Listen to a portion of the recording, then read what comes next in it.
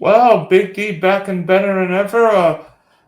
Talking hurricanes today on the Big D podcast. Before I bring in Tyler, please subscribe, like, and share the Spunky Spectrum Sports YouTube page. See all my videos. Also check out the Big D podcast. Happy Veterans Day. So joining us, a guy who loves chasing hurricanes just as much as I do. Tyler Spalding. So Tyler, welcome and. I'm glad neither one of us is chasing a hurricane right now. Right. Yeah, absolutely. No, thanks for having me. Um, yeah, all things considered, it was a relatively quiet season this year. Now, obviously, for the folks that did get impacted, it wasn't quiet for them. And that's why the saying goes, it only takes one. So thankfully here in the US, we were lucky. But of course, some of our friends down in the Caribbean, they weren't as fortunate as us. But yeah, and now that we're in November, it's starting to get cold, and we can pretty much probably go ahead and close the book on this season. Yeah, thoughts and prayers are with everyone affected by Hurricane Melissa in Jamaica, Haiti, Cuba, and elsewhere. Because watching Hurricane Melissa hit Jamaica, it was one of those storms where I don't care if you're a meter, I don't care how many storms you see. That's awful seeing a storm that strong hit anyway. Right. Yeah. No, absolutely. Absolutely. And, a nation like Jamaica, um, full of resilient people, and I know that they're going to bounce back. Um, and that's one of the things about big disasters like this is it tends to bring out the good in people. And there are some instances of people that want to be bad and do the wrong thing and take advantage of people in a dire situation. But me personally, being a resident of Panama City, I went through Hurricane Michael in 2018, and that was a direct impact from a Category 5. And there was way more good from the people in the community than there was bad. And I think that was probably the last time we as a community were close knit. Um, so yeah, like you said, thoughts and prayers to the people of Jamaica, Haiti, and the islands affected, Cuba, and everywhere that got impacted this year. And I know they're going to bounce back stronger than ever. Do you give did you give any thought of potentially chasing Melissa in Jamaica? Were you like, I'm sitting this one on the sideline? I I would have loved to. I tell you what, I actually don't have a passport. So That- I don't leave the country. I don't ever leave the country. But it is something on my to-do list. It is something that I want to start doing as time progresses. I want to start chasing more hurricanes in Mexico, Jamaica. I want to try to get out to the Western Pacific to try to chase typhoons out there.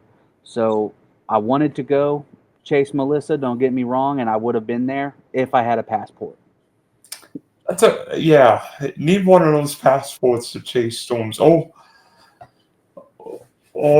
think there was a storm in Bermuda this year, but it wasn't any like Melissa. So Yeah. what was your earliest memory with hurricanes?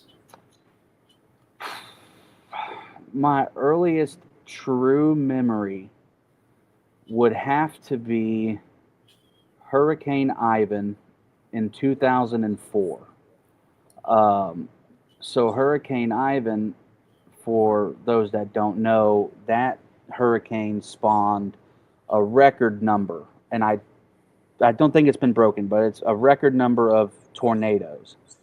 Milton may have been close last year, but essentially, Ivan was just spitting off tornadoes left and right. And we were about 100 miles away from the center. So we weren't getting a direct impact, but we were still well within the rain shield and we were still well within, those tornadic bands in around the circulation. And so just constantly for the entire duration, just tornado warning after tornado warning going off. I remember watching live coverage with my grandfather of the local news station, and the TV meteorologist back then, Jason Kelly. Remember him being on the television, actually showing a tornado live crossing the tower cam as it was happening. So that was my first true memory of hurricanes. But of course, being born in '95, I was born in June, and then we had Opal 3 months later. So Opal came through when I was 3 months old. Yeah. Yeah, and by the way, that 2004 season was crazy. Charlie hit in Punta Gorda. Francis and Jean hit the East Coast, and then of course Ivan hit the Alabama Florida border. Whether you're in Gulf Shores or Pensacola, both cities were heavily impacted. Yep, exactly. And I remember Francis. Francis was relatively weak when it made it to our area, but I know it impacted definitely the East Coast and did damage to our friends over there. But I remember because I was what 4 year or not 4 years old, sorry, 9 years old in 2004, and so I was riding my bike around the neighborhood as Francis was making its approach through the peninsula, and it was probably one of the most brilliant sunsets I've ever seen in my life, with the upper level clouds from the hurricane, impacting the way the light was coming through. And I just remember riding my bike. It was kind of breezy, and it was a real pretty sunset. So Francis was one of those ones that, even though it didn't do any damage to us in the Panhandle, it's something that I'll remember because of that memory. Yeah, also I remember Hurricane Francis hit during Labor Day weekend, and it was the slowest pain you know what we've ever seen. I mean, I could have walked faster. Right. Yeah, right. No, exactly. Exactly. And then I don't remember how long after Francis did Janine hit. Was it just a couple of weeks or Yeah, basically maybe a month later. yeah, right, yeah, like you said, a month later, knocking on the door of the same places. So I break it down, um, as 2004 was year of the Atlantic, and then 2005 was year of the Gulf. You know. Yeah, and then of course 2005, Dennis hit Pensacola, and we all know what happened with Katrina. Rita hitting Louisiana Texas border, and what we're basically hitting here again. Again, curse you, storms hitting Florida. Right. Yeah, exactly. And it's funny, Dennis was the first storm that I remember that we actually lost power from. Oops. So Dennis was closer to Panama City than Ivan was, and it was relatively the same strength. Both storms were weakening on approach, but Dennis actually caused us to lose power a little bit in Panama City. And I remember the power going out on that one. And my mom used to drive us to the beach, and we would go out towards the pier and look at all the waves coming in. And so we did that, got back home, and then about an hour later the power went out. For about a day. But yeah, so Dennis was crazy, and that's kind of one that gets forgotten about around here because it was sandwiched in between, you know, Ivan and Katrina off to the west. Yeah, and Dennis hit in July, which was weird. I'm like, storms don't usually hit in July, but then I'm like, uh-oh. Yeah, Everything was in ample supply. Like you get a tornado outbreak, there's instability here, there's wind shear, everything was in ample supplies that year. yeah, for the whole year basically. I think that was the first time we branched out into the Greek alphabet. I could be wrong on that, but I You know are we you are correct.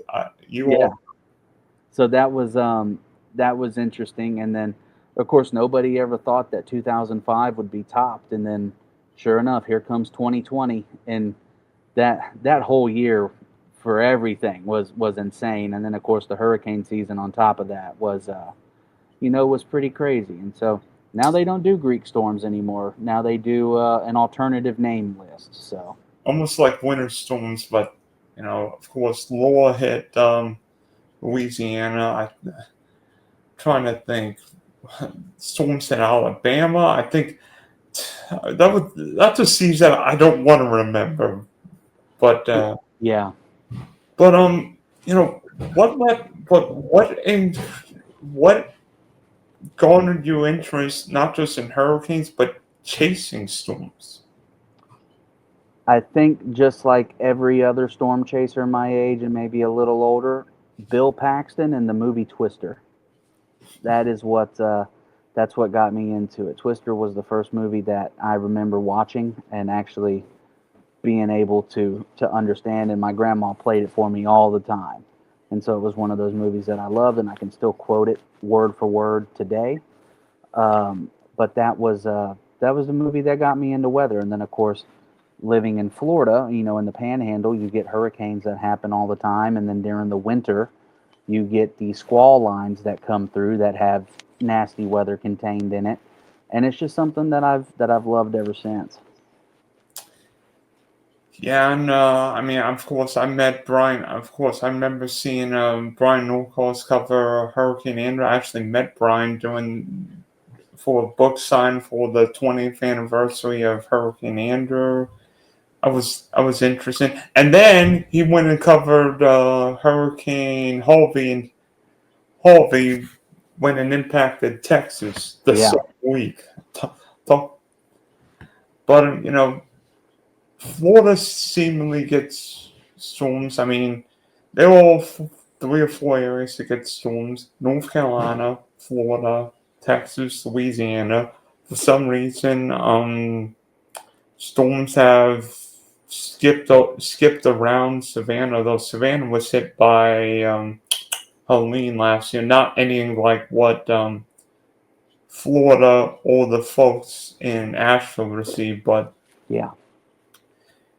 you know, thinking back with hurricanes, there's one storm that garners my attention in the Panhandle, and I'm sure you remember it quite fondly. We'll talk about Hurricane Michael in a minute, but what was the first storm you actually chased?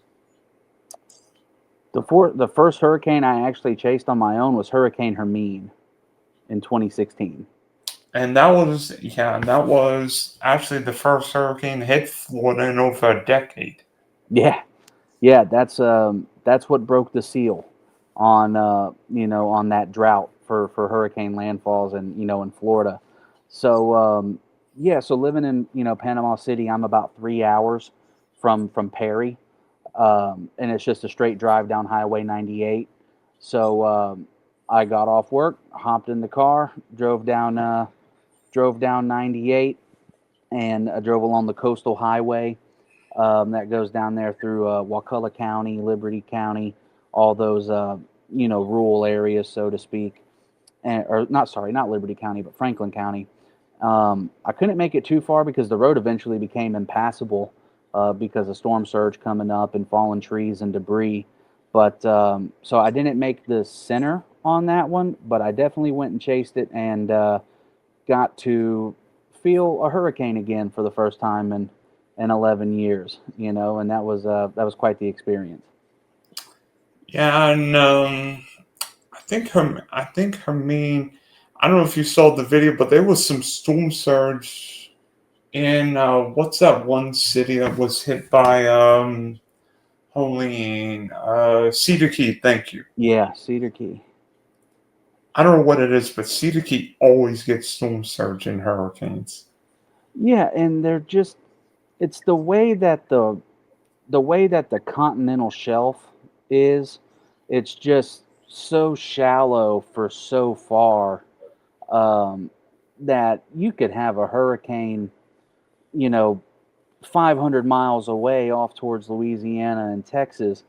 But that whole area in Appalachia Bay is so storm surge prone that they flood during thunderstorms. That's just how it is, and Cedar Key is definitely no exception. I mean, I don't know if you ever looked at it on a map, but they just kind of stick out there like a little island almost, and it's incredible. Yeah, and there are a few areas. I mean, we're seeing what's happening with the Outer Banks and houses falling into the ocean. But Yeah. and then the next year, Irma, which true story, my mother and I almost evacuated. I was living in Broward County, and we almost evacuated thinking the storm was coming to the East Coast. Thank goodness we didn't. Otherwise, we would have ended up at my in-laws condo. But did you chase Irma? I did. I did chase Irma. That one, I went. I drove pretty much the same area that I did for Hermine. I didn't go all the way down to Naples for that one. That was kind of a wait for it to come to me situation. But the way that Panama City was positioned, and really the area that I went, Appalachia Bay, the way it was positioned, we were under the influence of a north wind. So the wind's coming around the backside of the system. And instead of getting surge, we got what they call that reverse storm surge. So all the water was being shoved out of the bays and out towards the Gulf. And so there was a point where you could walk out for several miles where it used to be covered with water, but it was just dry, with no water covering it.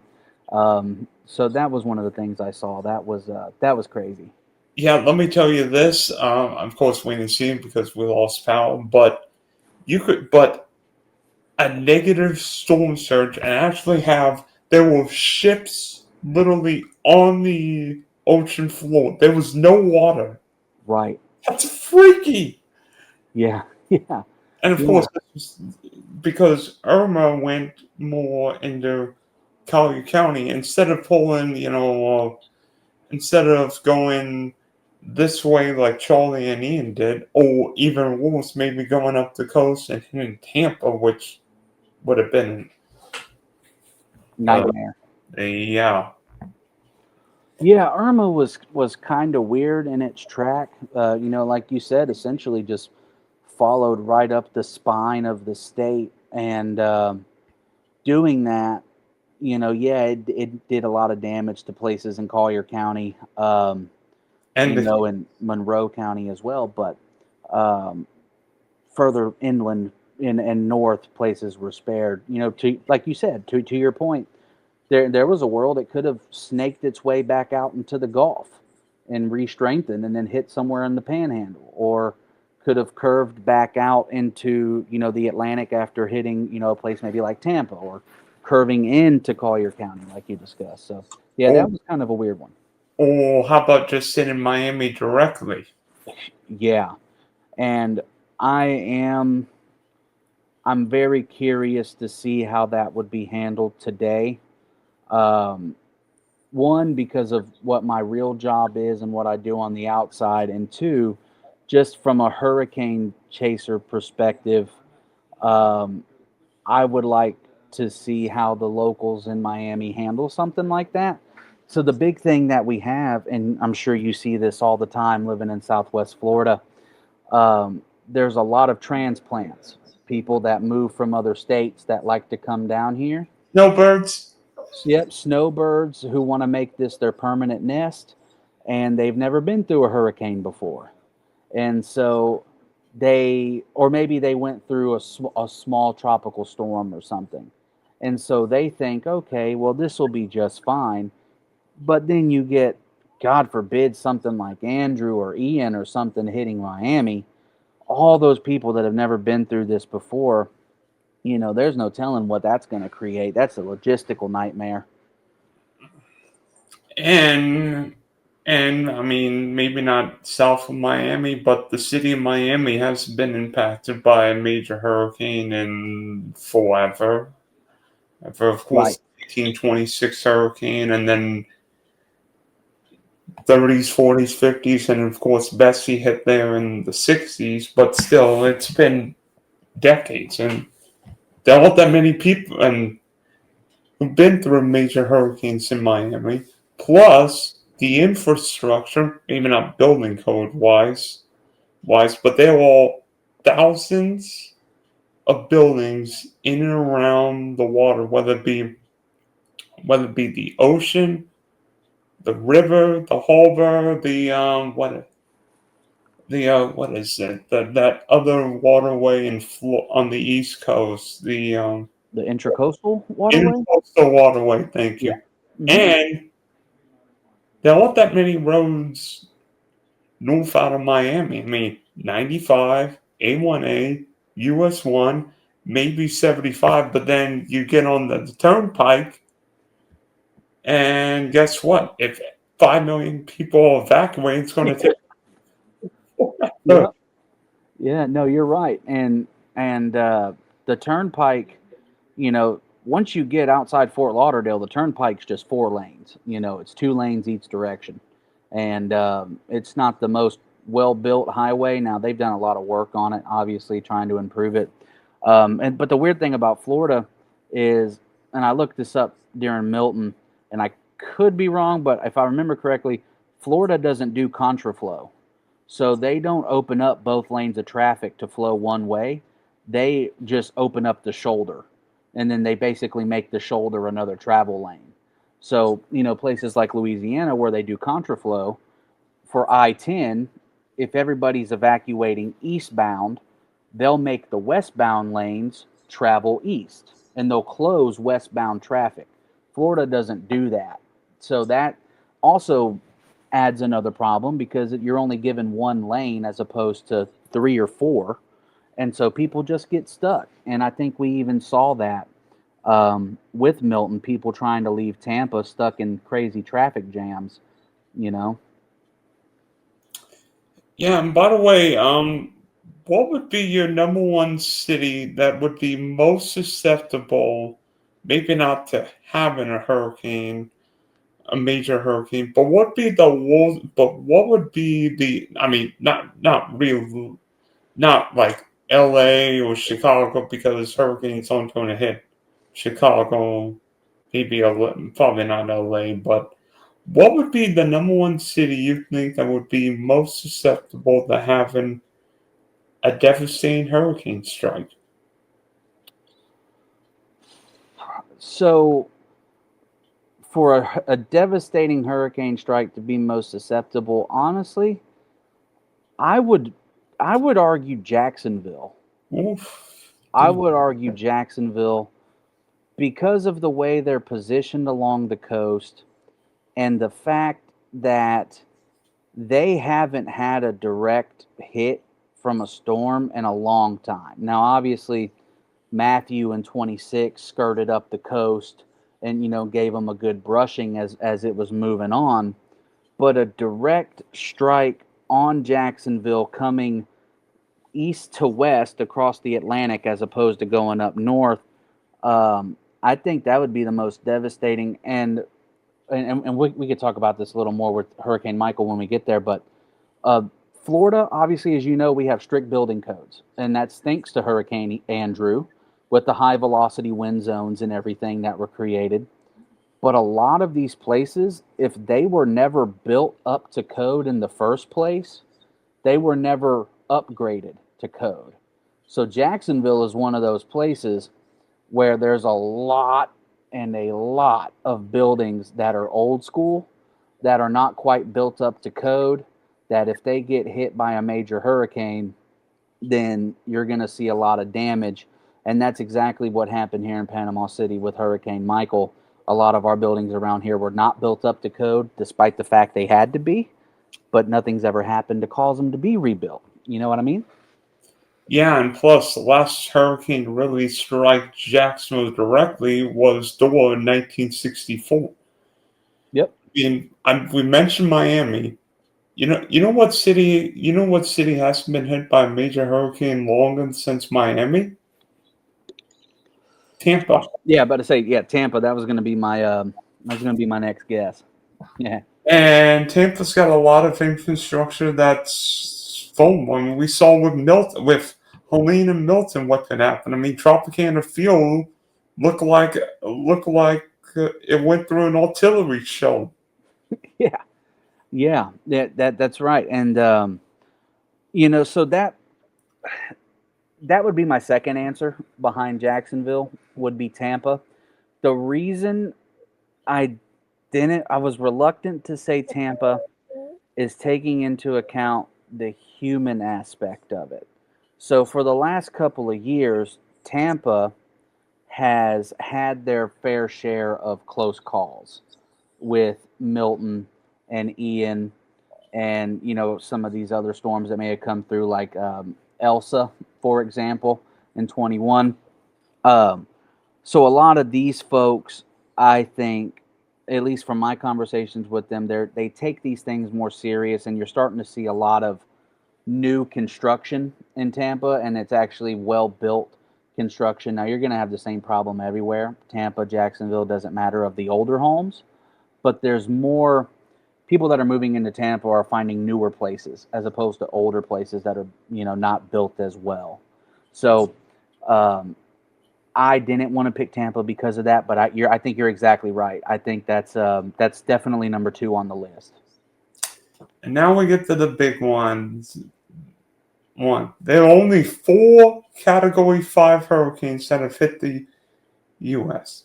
1935 Labor Day hurricane, Camille in 69, Andrew in 92, and Michael in 2018. And one of us was in Hurricane Michael, and it wasn't me. It was you. You were in Hurricane Michael in Panama City. So, where exactly were you for Panama City, and were you thinking this is going to be the big one?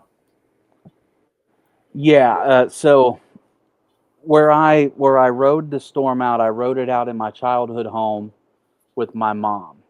My grandma went to the local church, the big, well built church, to ride it out with my uncle, her son, and a couple other people that didn't want to evacuate but didn't feel quite safe in their home. And so my mom and I rode it out in my grandma's house, just trying to keep an eye on everything, mitigate any damages that may have popped up. But what really set in that, okay, this is the big one, was probably early in the morning on October 10th, whenever, still about 6 hours from landfall, when hurricane hunters were flying in it. And each report and each pass through the center showed a millibar drop and a wind speed increase. And it was constant. It was like almost every report, winds were going up by 5, 5, 5, 5. And I tried to find the video because the anniversary had just passed. But I did a live video on my Facebook page, and it's about 2 minutes long. And this is back when I smoked cigarettes. I stopped now, obviously, but I was stressed out. I had a cigarette in my hand, and I recorded a video talking to all my friends and family on Facebook, saying, "Guys, I think this is it. Our time of dodging bullets has come and passed, and you guys need to be ready. It's too late to leave. Get to a center part of your house and stay there until tomorrow, basically." And I left my apartment, drove across town, picked up my grandmother, and then took her to the church. But before I dropped her off, we did one loop around the block. And I said, "Take a good look, because here in about 6 hours, it's not going to look like this anymore." And part of me didn't believe it. Part of me thought that, maybe it's not going to be that bad. Maybe we'll get lucky. But then, sure enough, 6 hours later, total destruction, total devastation. Didn't recognize anything. Did you? I mean, did you even consider leaving, or were you basically obligated to stay for your family? Combination of both. So I established at a young age that whenever I do get my own home and I'm responsible for my own life, I'm not evacuating. I'm not leaving. I'm gonna ride out. I'm gonna ride out anything. One, I'm a storm chaser, so I put myself in these positions all across the country anyway. So I'm sure as heck not gonna leave the comfort of my own home, right? And then number two, what I did for my employment, I was obligated to stay. I worked for the Bay County Sheriff's Office, so when I started working there, I basically had to sign a contract that says, I'm I'm a, not. yep, I'm a first responder. I'm not evacuating. I have to stay. And so that wasn't a major determining factor, but there was also that caveat that I am obligated to stay. But So, no. so wait, you were a cop? So I was a correctional officer. Oh, Yeah, so I worked for the Bay County Jail when Hurricane Michael hit, and I also worked for the Florida Department of Corrections, the state prison, um, a couple years before that, and for a couple of years after that. But I worked for the Bay County Jail for a little bit in between, I'm and guess I'm guessing the Bay County Jail evacuated. nope, we were there. The jail was there. Um, the jail was there for the entire time, and I remember I went. So the hurricane hit Wednesday, and my scheduled days off were Wednesday, Thursday, and it was weird how we did the schedule. One week you would work Monday, Tuesday, you would be off on Wednesday and Thursday, and then you would work Friday, Saturday, Sunday. Then the next week it flipped. But that particular week, I was scheduled to work that weekend, but I had Wednesday, Thursday off. So I worked the overnight shift. Tuesday morning, I got off work at 6 a.m.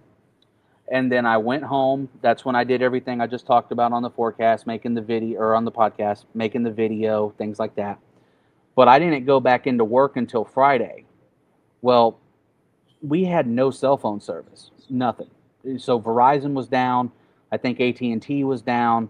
I think only Sprint and T-Mobile were the only two towers that were up and running at the time. So Verizon and AT&T were just down.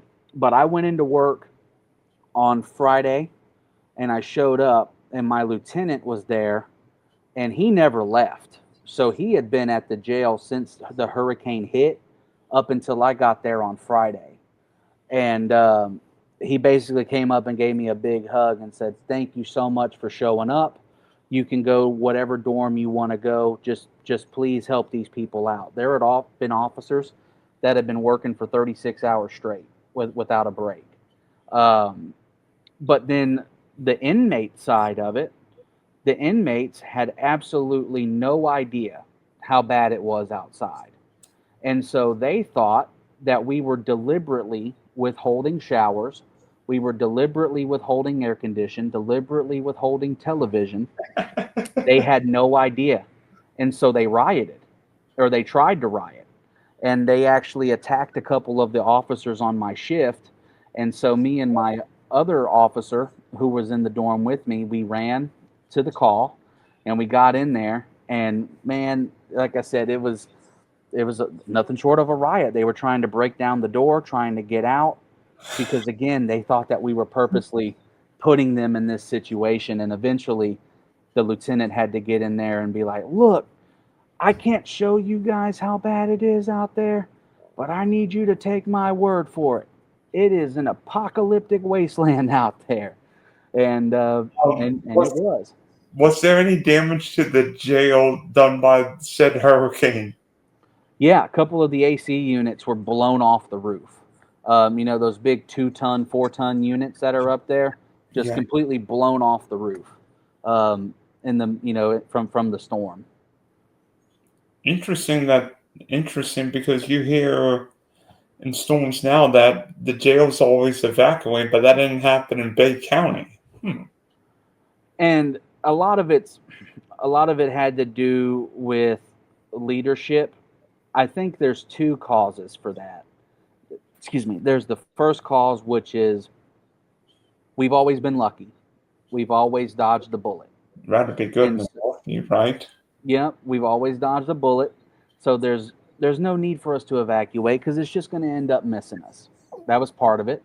And then the other part of it was by the time they realized how serious it was too late. And so they had no choice but to stay because it was too late. And that was the same thing with the state prisons as well.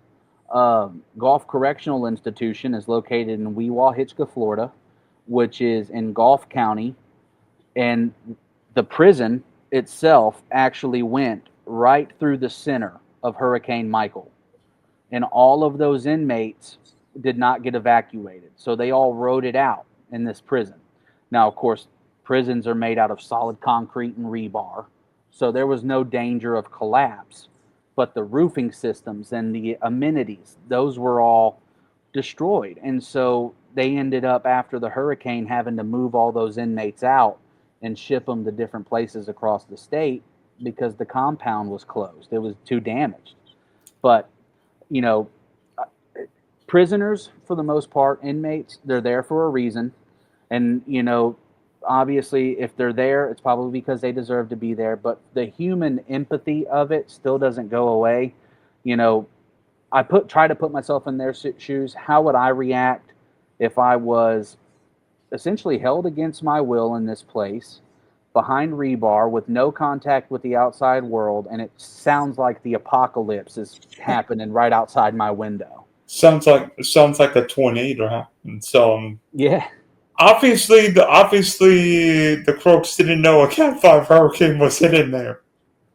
Right. Yeah. No, they had no idea. And again, because Tuesday morning, whenever Tuesday morning or Wednesday morning before landfall, we were talking Cat 4.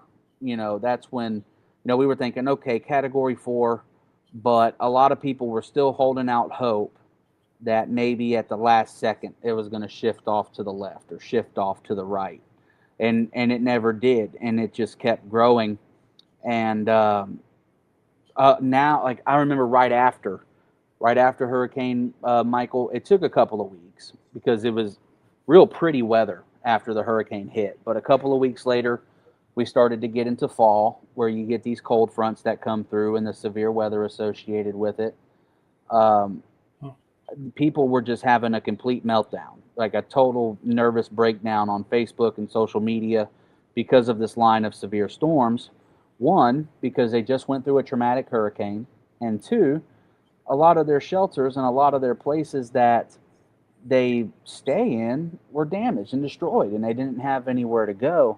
So the mental aspect of it is something that is still around today. And I tell you, I've been through 24 tropical cyclones that I've chased, and that's not including the ones from 2004, 2005 when I was a kid. Those are just ones I've chased. And Michael was the only one that has legitimately given me a PTSD type flashback. You know, so it was a different breed. It was a different breed, and people ask me, "Oh, you went through Michael, so that must have been bad. Are you still going to chase them?" Absolutely. I'm going to chase hurricanes until the day I'm not able to. Back to before the storm hit. So like 9, 10 o'clock, you're at your house. You're in your safe place. What were you and your mother thinking? Thinking before a Category 5 hurricane was going to hit your area. My mother was more excited than I was. Wow. Yeah, so she had a big hand, and also in my influence of weather, because she liked it. She always loved going through thunderstorms and stuff like that. But she was always like, "Let's go outside. Let's take a look. Let's open the door. Let's see what's going on." And so, about 9 or 10 o'clock, we're finally starting to get into the main rain shield. We're starting to get into the thicker stuff. We're not quite in the core yet, but we're still, we're starting to see those winds pick up. And about every 5 minutes, she was opening up the door, going outside, taking a look. And then I think it was when the first pine tree fell down across the street from us that she realized, oh, this is real. But the whole time I knew, because this is what I do. And eventually I had to pull her in. I'm like, Mom, you need to get inside the house because it's about to get nasty. And about 10 minutes later, um, we had the extreme wind warning that was issued by the National Weather Service in Tallahassee. I think it was their first time ever issuing one. And then immediately after it was issued, the power went out and the internet went out. And we didn't get power back for 3 months, and we didn't get internet back. Sorry, we got power back in a month and internet in three. But that was the last time we had working internet at that place, for a long time. But everything went off, and then all of a sudden, the core was getting closer and closer, and that's when we knew. And that was about 10:30, 11 o'clock. Tell me about the house you lived. Were there any shutters? I mean, like, how new the house was? Was it a concrete house or wood frame house?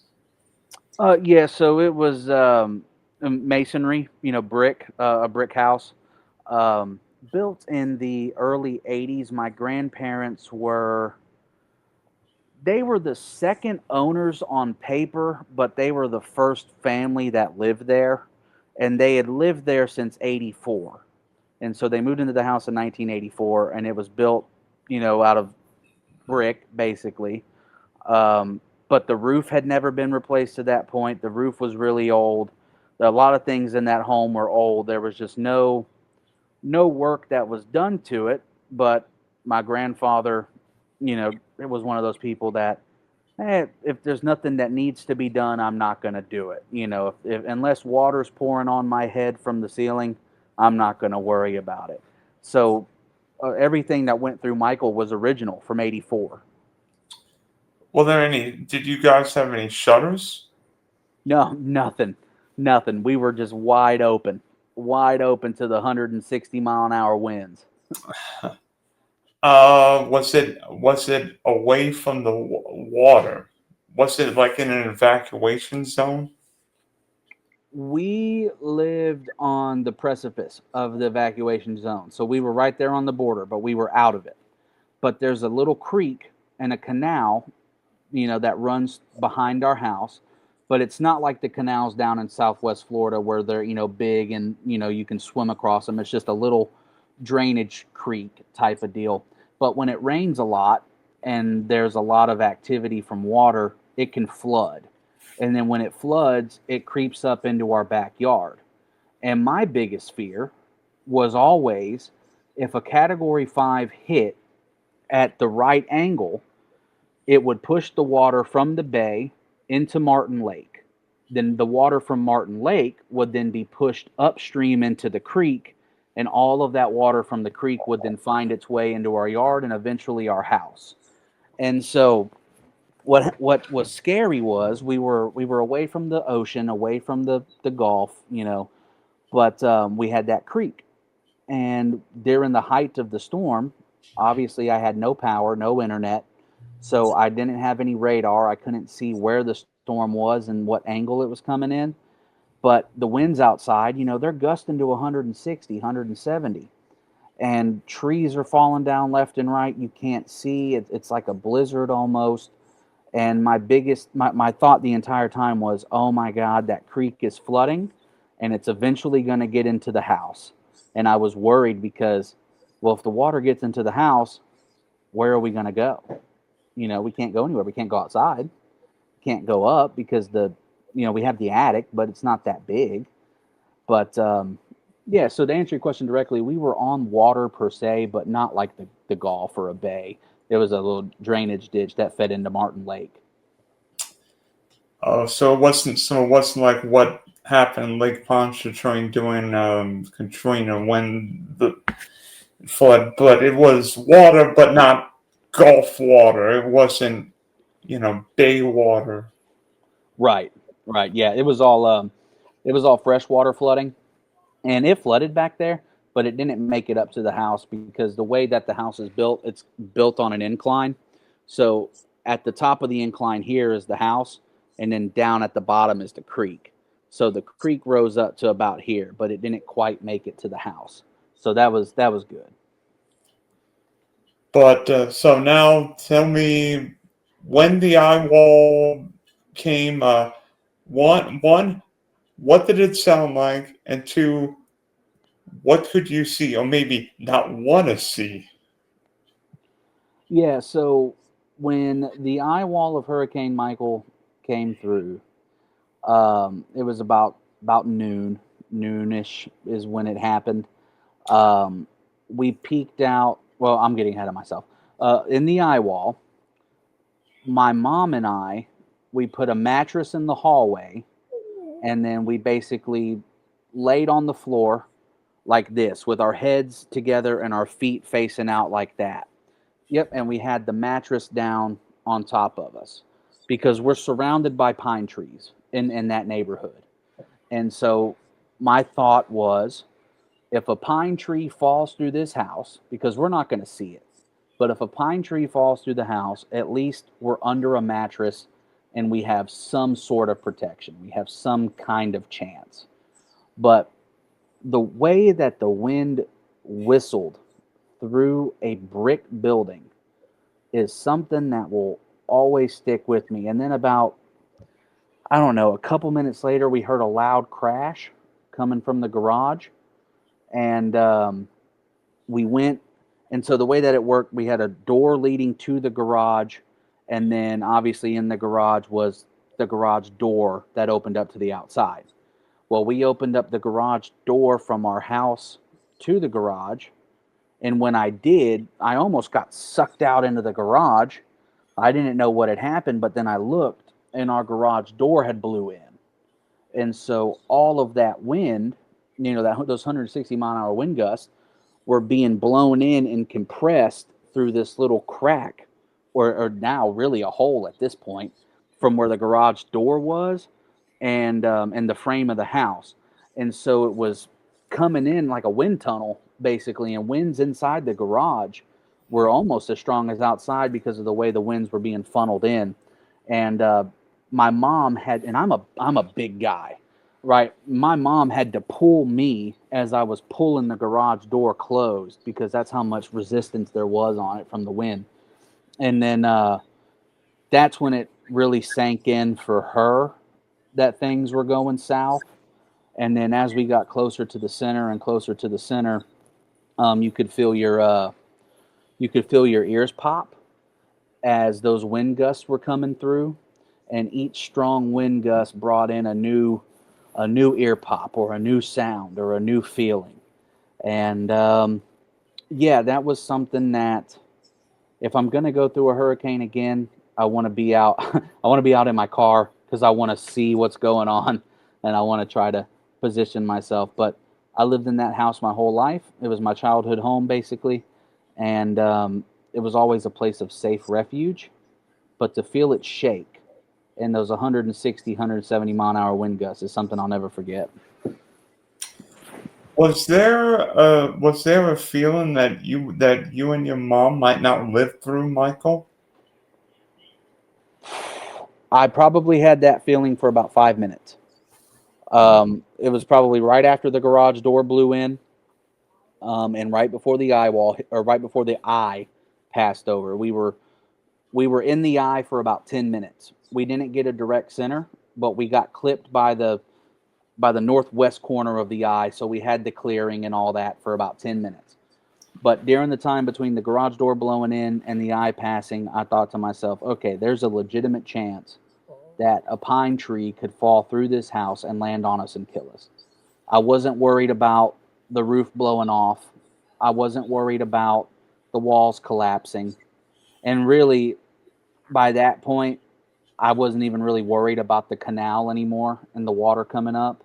I was just worried about a big pine tree falling through the house. And thankfully, that never happened. But during that brief period, yeah, I absolutely thought that. Did you even consider going outside doing the eye, or were you just basically in your spot the whole time? During the eye, we took a moment to go. So we have a back porch, basically a sunroom, a Florida room. We went out onto the Florida room, and it's screened in, but we went out there. We were gonna go out back and take a look, but there was just trees that had fallen down on the deck and by the sunroom, and so the door was blocked, and so there was no way for us to open up the porch door to go outside. We tried, but we couldn't.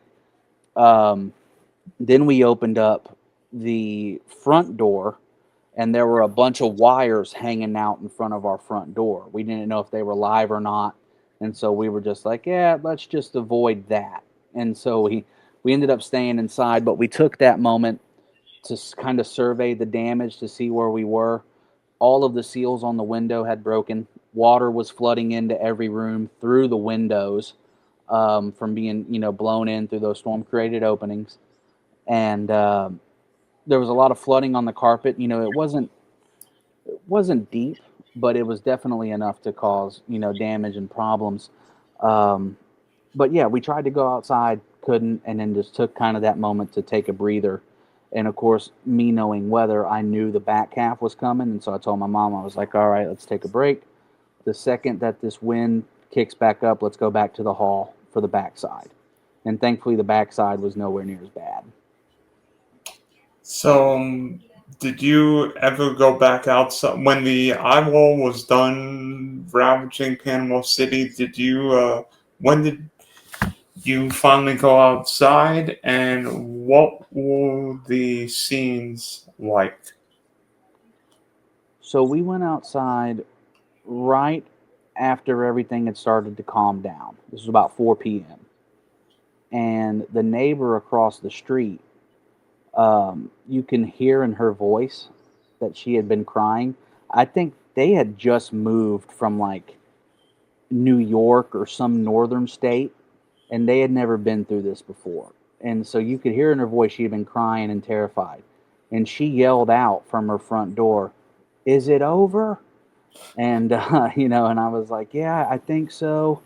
Um, we went through the eye earlier, and things are calming down. I think we're good. And so she came out. All the neighbors, everybody started to come out of their homes, and the only way to describe it was like somebody dropped a nuke on the town, and then it didn't destroy the buildings in our area, but what was once a kind of a thick forest almost built on top of a swamp was just completely devoid of trees and foliage and things of that nature. It was just all gone.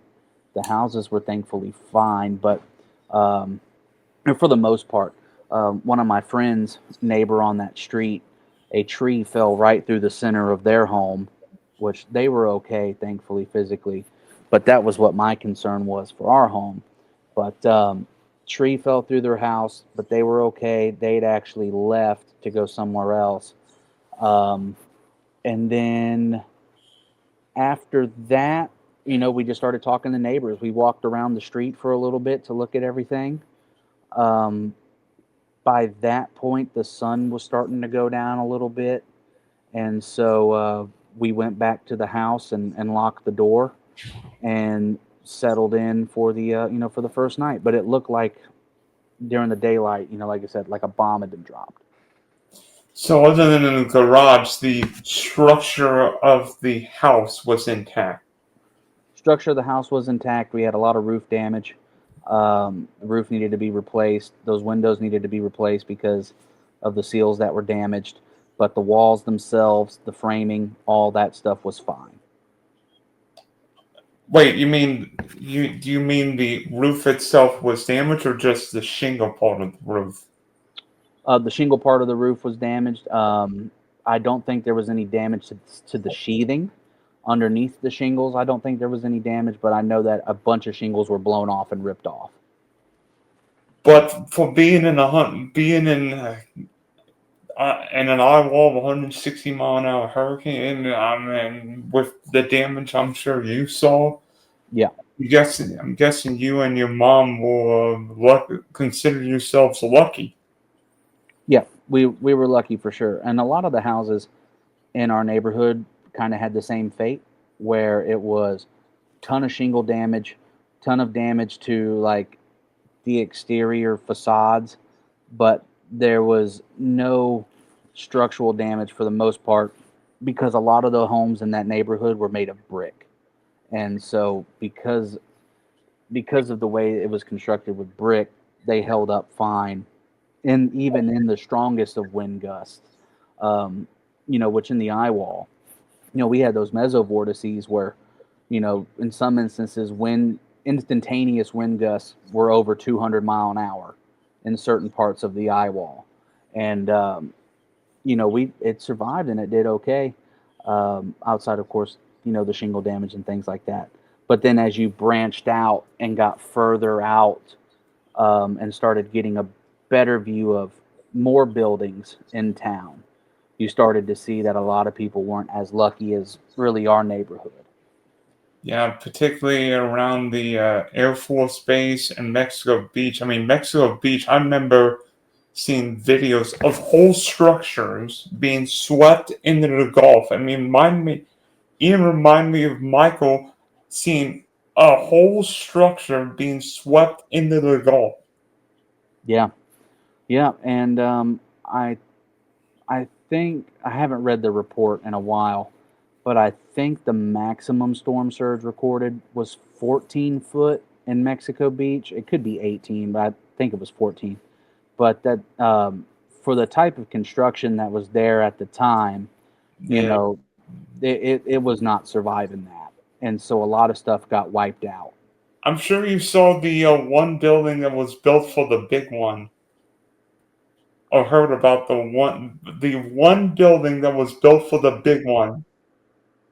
You're talking about the El Governor, the motel? No, the house on Mexico Beach that was built for the big one. Oh yeah, the circle one, right? Yeah, I know what you're talking about. Yeah. I can't remember how that one did. I think it did okay, all No, things considered. I think there was like a concrete with like 40-foot house with 40-foot pilings that withstood the winds, but Yeah. I don't think it fared quite as well as the apartment did. What was the apartment like? Oh, the apartment was totaled. The apartment was absolutely destroyed. And so we were living with my mom-in-law at the time. It was me, my wife, and my mom-in-law, her mom. And we were getting ready to move out of the apartment anyway. We were actually scheduled to move into the new home the day Hurricane Michael hit. Um, and the house that we moved into was actually closer to the center of the storm, but it did a lot better because it was an old school brick house. They had actually just replaced the roof, and a lot of the construction components were new because they did a lot of renovations to it, and it held up just fine. But the apartment, um, we were on the first floor, the ceilings were caving in, everything was soaked, a lot of our stuff was damaged.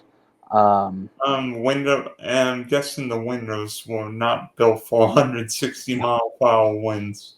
no, no, they were not.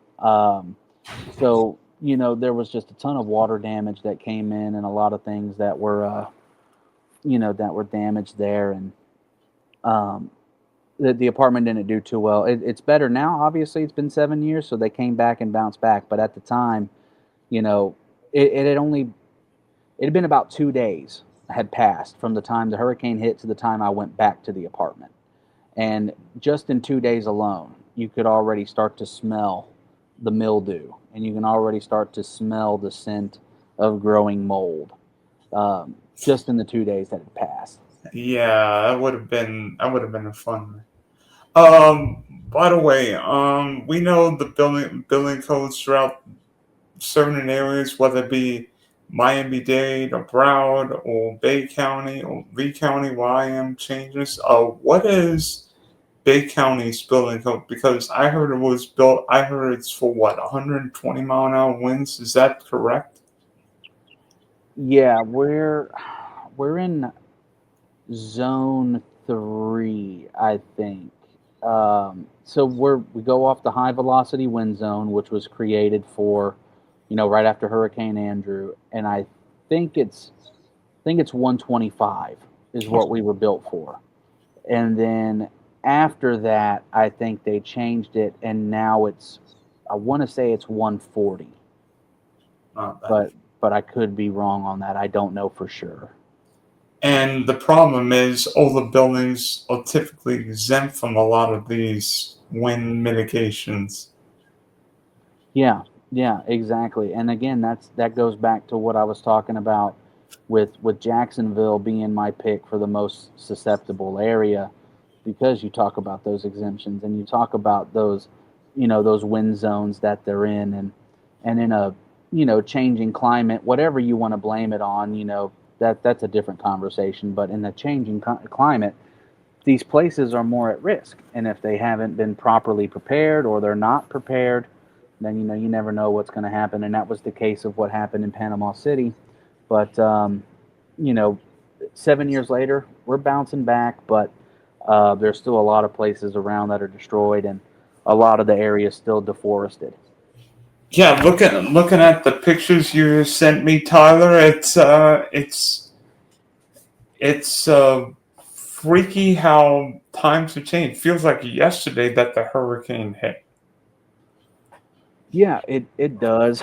Um, like I said, Michael was the only storm that had ever given me flashbacks, or like I guess PTSD is really the only way to say it. That was the only storm that's done that. And every now and then, it's probably happened 2 or 3 times since the hurricane hit. But when the wind really starts to get whipping and blowing, for a brief moment, I'm back in the hallway at the house. Like I've been transported through time. It's the craziest feeling. Craziest, like I can't even describe it. It's insane. Yeah, I know. I mean, and since then, and since Michael, what's the craziest hurricane you've chased? Since Michael, I would have to say it's a tie. It's a tie between Beryl in 2024, and it's Beryl and Milton, both in 2024. Both were probably the craziest storm that I experienced and that I chased. So the thing about Beryl was it was a strengthening storm upon landfall, and it almost hit Category 2 threshold. Um, where I chose to ride it out, we ended up getting trapped on the bridge. Um, Mike's weather page was there, Reed Timmer, a couple of other famous storm chasers. We all chose this place to ride it out in Sargent, Texas, and we were all basically stranded by this counter surge essentially from the bay running across the road. And then of course the winds itself, the winds for a category 1, they were absolutely whipping. And that howl was something that I hadn't heard in a long time. And so that was Beryl, category 1. Category 3, Milton at landfall. I blew out my tire in the first half of the storm. And my buddy and I, we tried to replace the tire in the eye. We were in the actual eye where things were calm for about 20 or 30 minutes. But I have an old Chevy Yukon or GMC Yukon, and the way that the spare tire is, you have to take this long metal pole and then wheel down the spare tire. Well, it was stuck and we couldn't get it down. And so by the time we did, the winds on the backside had started to kick up when that Sting jet was coming through. And so we had to drop the car off the jack, or the SUV off the jack. We still had the jacked up tire, and we were stuck. We couldn't go anywhere. And we were perpendicular to the winds. So the winds were slamming into the side of us, and not the position I wanted to be in. And I told my buddy in the passenger seat, hey, man, you may want to go ahead and put your seat back in case something blows out the window, because the winds and everything were hitting his side. And we were easily gusting over 110, 120. We were right next to the Sarasota airport, literally a quarter mile from the airport, on a side road. And I was worried about storm surge coming up, but thankfully it didn't. But the winds from that and the howl from that was otherworldly. Yeah, it turns out, yeah, last year's 2024 hurricane adventures went very well for you. Yeah. And of course, Reed Timmer, one of the goats in storm chasing. I think he chased. I don't know how. I've lost count on how many tornadoes and hurricanes he chased. Mentioned Mike's weather and page just up the road from me. Me, of course, Jim Adams, Josh Morgan, who I think chased a cyclone in the Philippines this week, if my memory serves me right. Yeah, he did. Yep. He got back home from Jamaica. He stayed home for like 2 days, and then he was on a flight to the Philippines. So that's the mantra. Why chase storms? Why chase hurricanes? Is it a situation where all the wind data might be destroyed, and these guys and you guys want to collect data, or do you have that adrenaline junkie feel of I have to chase the storm? For me specifically, it's a combination of the two. Definitely an adrenaline rush. There's no place I'd rather be than the eye wall of a major hurricane. It's uh, it's one of the most indescribable things as somebody who's never been through it before. But then the other half of that, of course, is data collection. So I have two Kestrel 5500s that I use for sampling surface pressure. I don't I don't take wind measurements with it, even though I could, but I do. I just do pressure readings, and so I mark my location where I'm at, latitude, longitude, and then as I'm doing that, I'm taking measurements of the pressure, and then I'm reporting it to the local National Weather Service and sending that to them. And if they want to use it, great. If not, no problem. They still have it anyway, right? And so just it's part of ground truth, verifying what we're seeing on the ground. And then, of course, a lot of it is that adrenaline rush that I want to be in this. What was your lowest pressure in Michael? So I didn't have the Kestrel at the time for Michael, but I cyclone Josh Morgerman. He was 2 miles from my house. I think he recorded 922, and I can't I can't remember the pressure gradient, but he was 2 miles from where we were. It was something sharp. I think we got really really low 930s or maybe upper 920s is where we got at the house. So maybe you could say you escaped the very worst conditions of a Category 5. Yeah, exactly. And so that's why it kind of feels disingenuous to say I went through a Category 5 hurricane because we didn't get the true Category 5 conditions, 157 sustained, right? We got those in gust. We were probably sustained 120, 130, but we were easily over 160 in the form of gusting. Now, further to the east, and even a little bit past Josh Morgerman, that's where you started to see those Category 5 conditions. Mexico Beach specifically, they got hit with a Category 5. Tin, would you say Tyndall got hit with a Cat 5? I would say Tyndall did, yeah, because that's where it made landfall.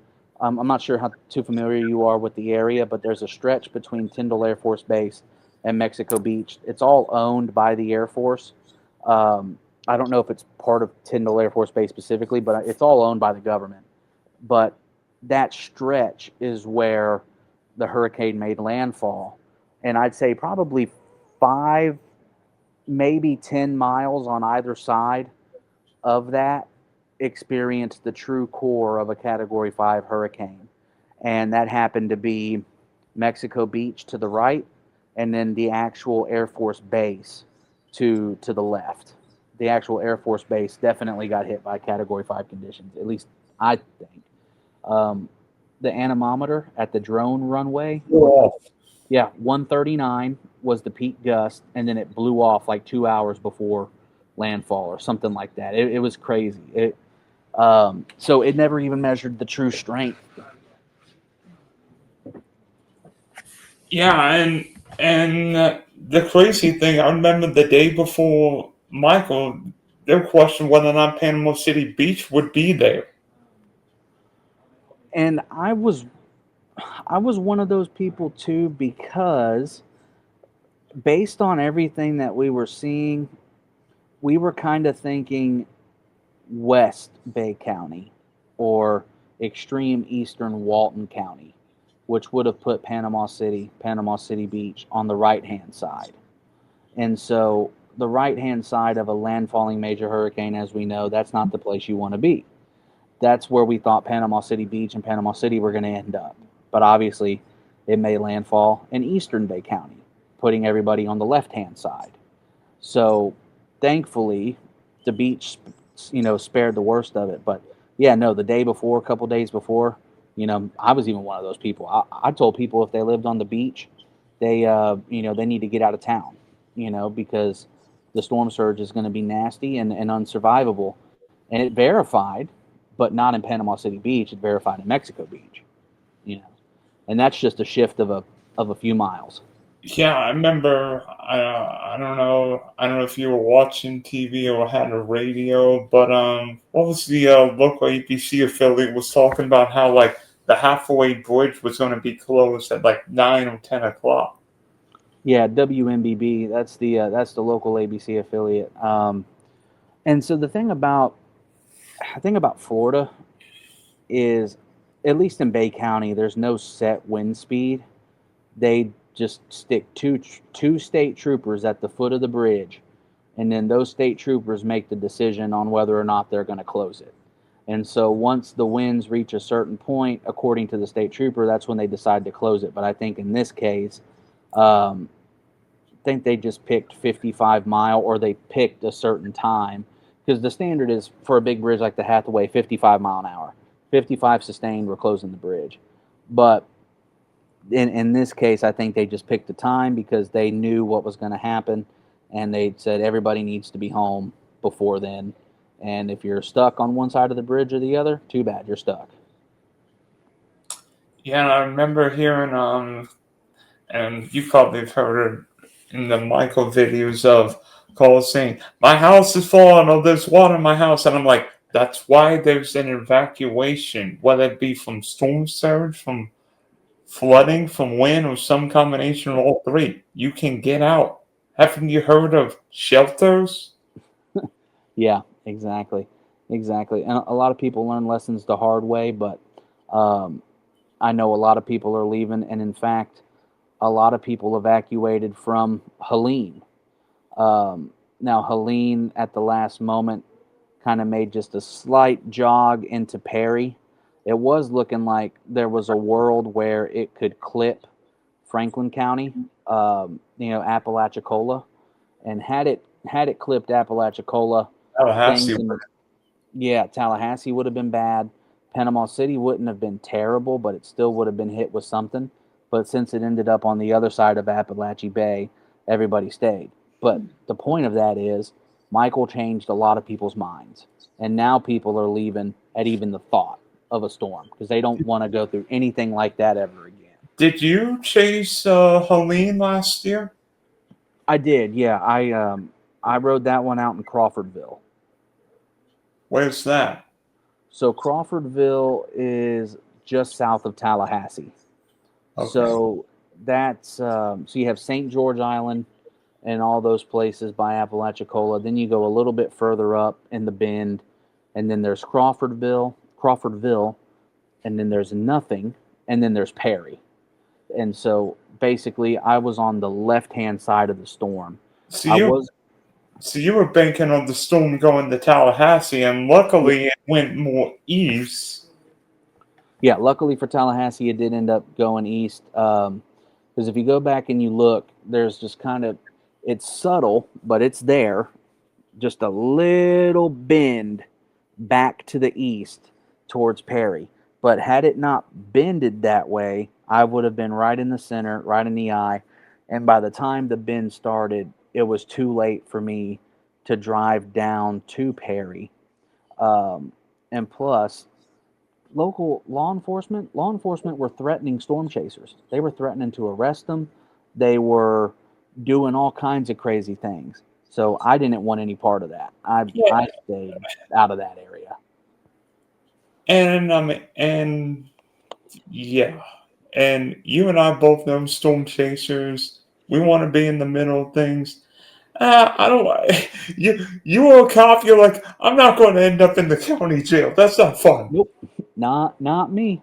Once this is over, I'm turning around and I'm going home. I'm not going to be stuck in some jail with no power. And plus, as anyone who's spent time in Florida, the Forgotten Coast isn't exactly the space coast. No, no. Yeah, the Forgotten Coast is stuck in time. It's like a peak back into the '60s. A It's time capsule. a time capsule in a way. It really is. Yep. Yes, sir. I mean, it's like we go back 50 years. I mean, there are houses in Panama City, or condos in Panama City have been there longer than even one of us. The Fountain Blue. The Fountain Blue is one of them. That's like one of the original ones that was built way back in the day. But I think it's so old. I think even Elvis owned a penthouse there. So yeah, crazy stuff. Why would Elvis need a break away from the home in Memphis? We can only speculate. Why would Elvis? Why? Okay, never mind. Why would Elvis need a break from Graceland? But that's out of all fields. Of course. Never mind. Sure. All right, Tyler. Thanks for hopping on the Big D podcast today. Wish you all the Absolutely. best, and you know what? I'm thankful that we're done. Hopefully, knock on wood, done with hurricane season. But if there are any more future chases, we know you'll probably be in the middle of things. Yeah, unless they're in another country until I get my passport. Once I get my passport, all bets are off. But yeah, I think we're good this year. 2026, I'll be looking for intercept number 25. That'll be a big milestone in my career. So we'll see what happens on that one. But no, I appreciate you having me on. It was a great time, and looking forward to talking with you soon.